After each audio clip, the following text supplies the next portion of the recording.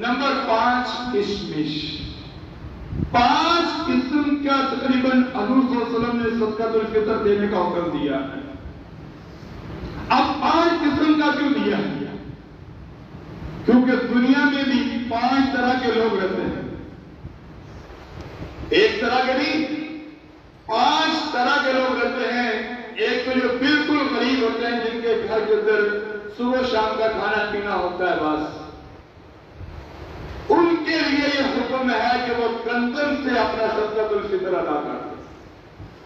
یہ سب سے کم ہے، یعنی جو بالکل نارمل لوگ ہیں. نمبر 2 کہ جو ان سے تھوڑے سے بہتر ہیں، کہ یعنی مہینے کے اندر ان کی کمائی ٹھیک ہوتی ہے، تھوڑا بہت گزارا اچھا ہوتا ہے، قرض نہیں رہنا پڑتا. ان کے لیے ہے کہ وہ اپنا صدقۃ الفطر جو ہے وہ جناب والا چون کے ساتھ ادا کرنا. یہ گندم سے تقریباً 100-125 روپیہ زیادہ بن جائے گا.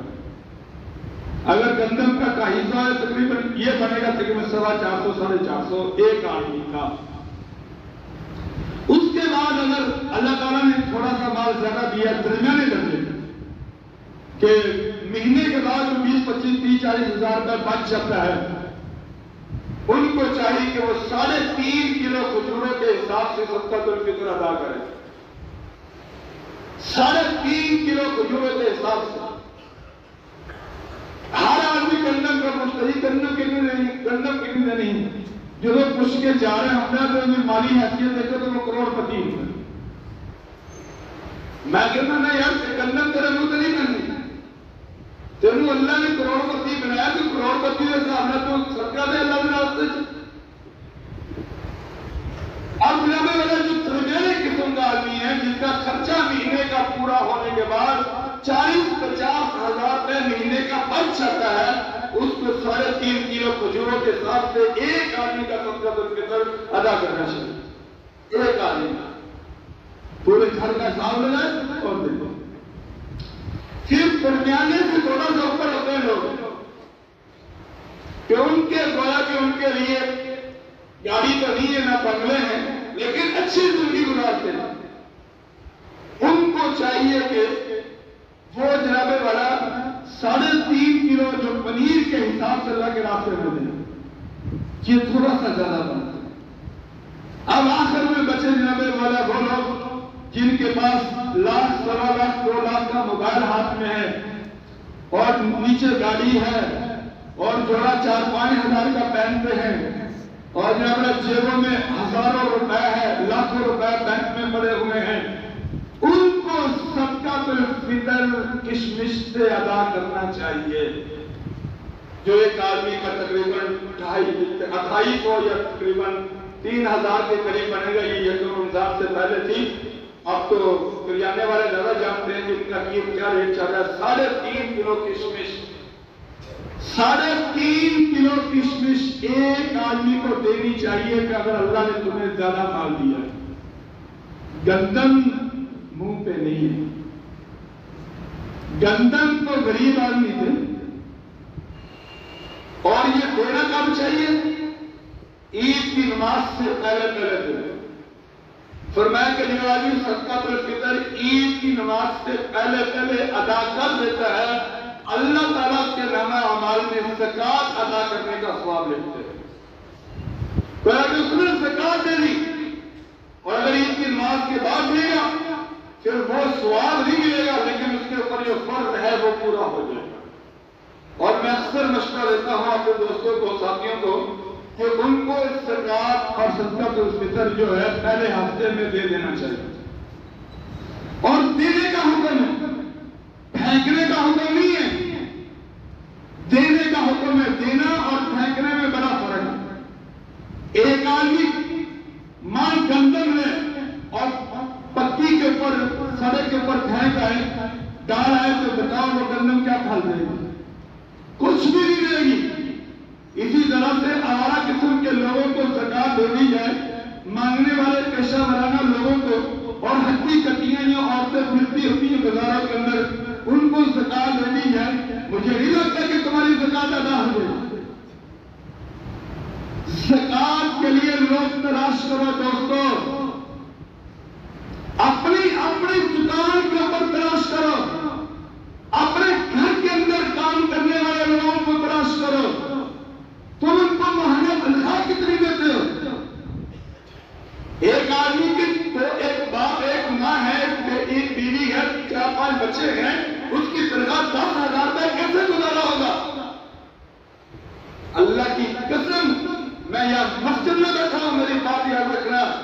تمہارے ماتحت ملازم کام کرنے والا آدمی اگر اس کے بھوک کی وجہ سے، اس کے گھر کے اندر فوتے کی وجہ سے اور اس کی پریشانی کی وجہ سے اگر اس کی آنکھوں میں آنسو آ گئے، اللہ معاف نہیں کرے گا کبھی تو.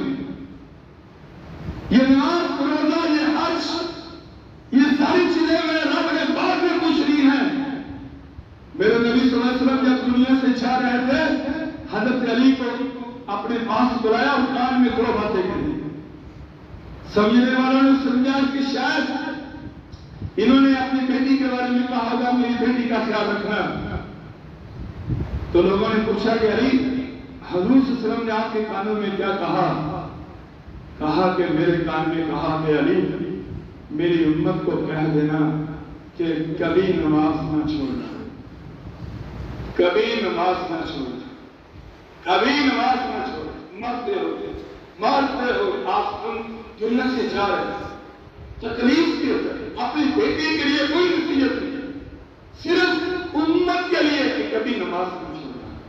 اور دوسری نصیحت، او ما ملکت، جو تمہارے غلام ہیں، جو تمہارے ماتحت ہیں، جو تمہاری تابعداری کرتے ہیں، جو تمہارے کام کرتے ہیں، جو تمہارے ملازم ہیں، ان کا خیال رکھنا. اب دکان کے اندر کام کرنے والا ملازم بھوکا مر رہا ہے اور ہم سخاوت کے پہاڑ کھول چلے چچاوتری جا کر. اب گھر کے اندر دائیں بائیں جو ہمارے پاس بیٹھے ہوئے لوگ کام کرنے والے، ان کے گھر کے اندر شام کو کھانا نہیں پکتا اور ہم سخاوت کے چشمے جناب والا لاہور جا کر گاتے ہیں. ان کی بھوک کا کون حساب دے گا میرے دوستو؟ اس لیے اپنے غلام کا خیال کرو، اپنے ملازم کا خیال کرو، اپنی دکان کے اوپر کام کرنے والے کا خیال کرو، اس کی آمدن کا خیال کرو، اس کی انکم کا خیال کرو. اگر سال کے بعد تمہارا 20، 25، 30 ہزار کا جو تعاون ہے اس کو مانگنے سے بچا دے، اس کو سوال کرنے سے بچا دے، اس کو فقیر بننے سے بچا دے، تو اس سے بڑی نعمت تمہارے اوپر اور کوئی نہیں ہو سکتی. ایک آدمی سارا دن کام کرتا ہے یار، سارا دن کام کرتا ہے، تو مہینے کا اس کو 20، 25، 30 ہزار دیتے ہو. 30 ہزار کمانے والا آدمی اپنے بیوی بچوں کے کپڑے نہیں بنا سکتا آج کے دور پہ. 2 کلو دودھ ہے 8,000 روپے بنتا ہے. تھوڑا سا بیوی کا بل اگر فیزر نہ چلے 4-5 ہزار ہے. اگر بچے نارمل اسکول میں جائیں 3-4 بچے، ان کی فیس کتنی بنے گی؟ حساب کر لو. تمہارے ناشتے کا جو خرچہ ہے وہ ہمارے ملازم کی مہینے کی تنخواہ ہے. اب اگر وہ سال کے بعد تمہارا 20-30 ہزار کا اس کے بچوں کے لیے دے دینا کہ یار یہ اپنے بچوں کے کپڑے بنا لو، تو وہ کبھی زندگی میں سوال نہیں کرے گا اور بہت زیادہ کام کرے گا. اس لیے سب سے پہلے جو محل خرچ کرنے کا وہ تمہارے اپنے ملازم ہیں، ان کے اوپر اپنی زکات دو، ان کو صدقۃ الفطر دو. اور بتانا بھی ضروری نہیں ہے، بس تمہاری نیت کا ہونا کافی ہے. بس تم ان کو یہ کہا یہ تمہاری عیدی ہے بیٹا، یہ تمہارے لیے تحفہ ہے، یہ گفٹ ہے. تمہاری نیت یہ ہے کہ میں صدقہ دے رہا ہوں اور میں زکات دے رہا ہوں. اس کو بتانا، اس کے لیے تشریح کرنا ضروری نہیں، کیونکہ وہ شرمندہ ہوگا اور وہ اپنی آنکھوں میں اپنی نظروں میں بیچے گا. اس کے بعد اپنے بہن بھائیوں کا خیال کرو. بہنیں بھوکی ہوں اور بھائی کروڑوں میں کھیل رہے ہوں، قیامت کے دن حساب تو ہوگا نا. ایک بہت بڑے عالم نے واقعہ لکھا.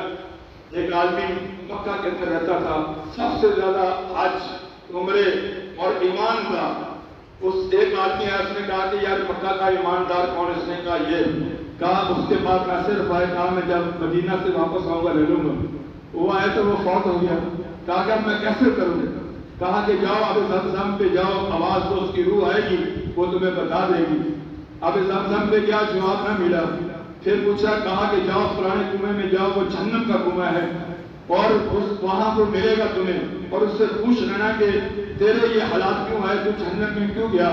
تو کہتے ہیں کہ میں نے آواز دی، اس کی روح آئی میں نے اپنے پیسے پوچھے، اس نے میرے پیسے دے دیے۔ میں نے پوچھا کہ یار تو جہنم میں کیوں گیا؟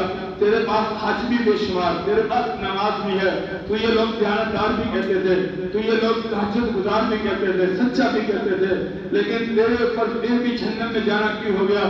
کہا کہ میں اس لیے جہنم میں گیا کہ میری بہن فاقوں کے اندر رہتی تھی اور میں مسجدوں کے اندر رہتا تھا۔ اللہ نے مجھے پوچھا کہ تو نے اپنی بہن کا خیال کیوں نہ کیا؟ میرے پاس جواب نہیں تھا، میرے فرشتوں نے پکڑ کر جہنم میں ڈال دیا۔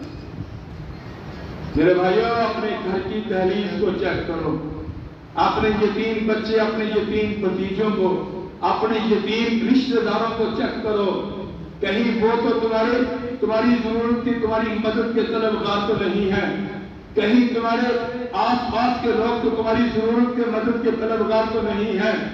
دیکھو، تلاش کرو، تلاش۔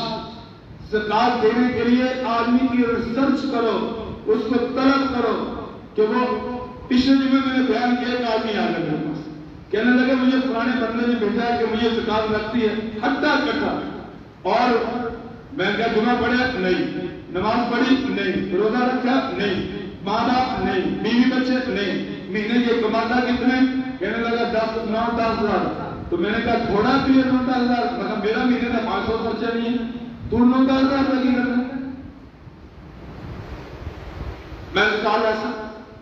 اور ایک بات، زکات لینے والا آدمی اگر مستحق نہیں ہے اور وہ زکات لیتا ہے، مستحق نہیں ہے اور وہ زکات لیتا ہے، وہ مانگتا ہے، پھر وہ قیامت کے دن جب میدان محشر میں آئے گا، قبر سے اٹھے گا تو اس کے چہرے کو خنجروں سے نوچا ہوا ہوگا اور وہ بدصورت شکل میں کھڑا ہوگا اور چہرے سے خون نکل رہا ہوگا اور اعلان کیا جائے گا کہ دیکھو یہ لوگ تھے کہ جن کا حق نہیں تھا زکات لینے کا، یہ صحت مند تھے، ہمت والے تھے، لیکن پھر بھی زکات لیتے تھے، آج اللہ نے ان کے چہرے پہ یہ لعنت برسا دی۔ اس لیے ایسے نہ اپنے آپ کو زکات کا مستحق بنایا کرو، اپنے رب سے مانگو، نفل پڑھو، نماز پڑھو، اللہ کے سامنے رہو، گر گڑاؤ، اگر کاروبار نہیں چلتا اپنی چوری اللہ کے سامنے اٹھاؤ، رات کی تنہائیوں میں رات کے 12 بجے اٹھ کر اپنے رب کو مناؤ،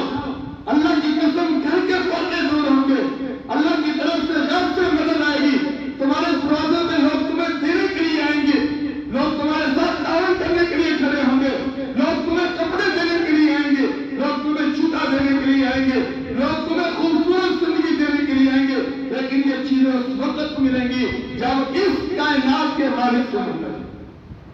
دنیا والے کیا دے سکتے ہیں مجھے؟ ہمیں کیا دے سکتے ہیں میرے دوستوں؟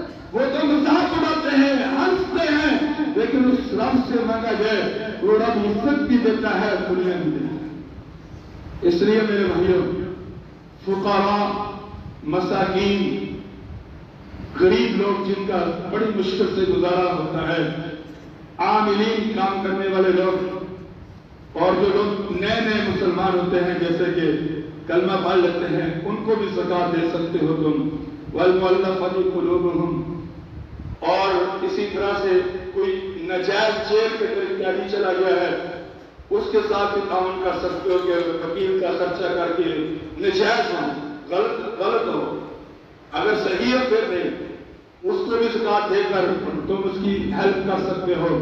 ایک مسافر آدمی ہے، اس کی جیب کٹ کی، اس کے پاس کرایہ نہیں لیکن بے شمار ہے، اس کی بھی مدد کر سکتے ہو زکات دے کر۔ اور اللہ کے راستے میں، یعنی مسجدوں پہ زکات نہیں لگتی، نہ صدقہ لگتا ہے، مدارس یہاں بچے پڑھتے ہیں، یہاں بچوں کو کھانا پکایا جاتا ہے، تعلیم حاصل کرتے ہیں، وہاں بھی دے سکتے ہو۔ ایک غریب آدمی ہے، مقروض ہے، اس کا قرض نہیں اتر رہا، تو اس کے قرض کے اندر بھی تم زکات دے سکتے ہو۔ آخری بات، ایک آدمی سے تم نے پیسے لینے ہیں اور وہ تمہیں دے دیا، اب تم زکات کی نیت کر کے اس کو معاف کر دو تو اس طرح تمہاری زکات ادا نہیں ہوگی۔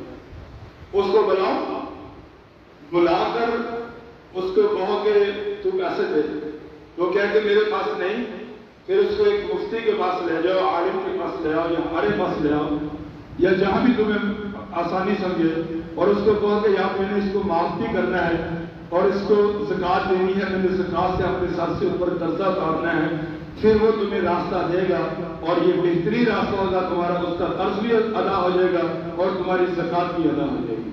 آخری بات سنا کر مزیدار بات، حضور صلی اللہ علیہ وسلم کے پاس ایک شخص آیا کہ میری مدد کرے۔ آپ نے فرمایا لن تجدنی، میرے پاس کچھ بھی نہیں ہے۔ پھر فرمایا ولا شکرن ولا بخیلا، نہ میں بزدل ہوں نہ میں بخیل ہوں، اگر میرے پاس ہو تو میں بے تحاشا دیتا ہوں، کبھی میں نے روکا نہیں۔ وہ آدمی چلا گیا۔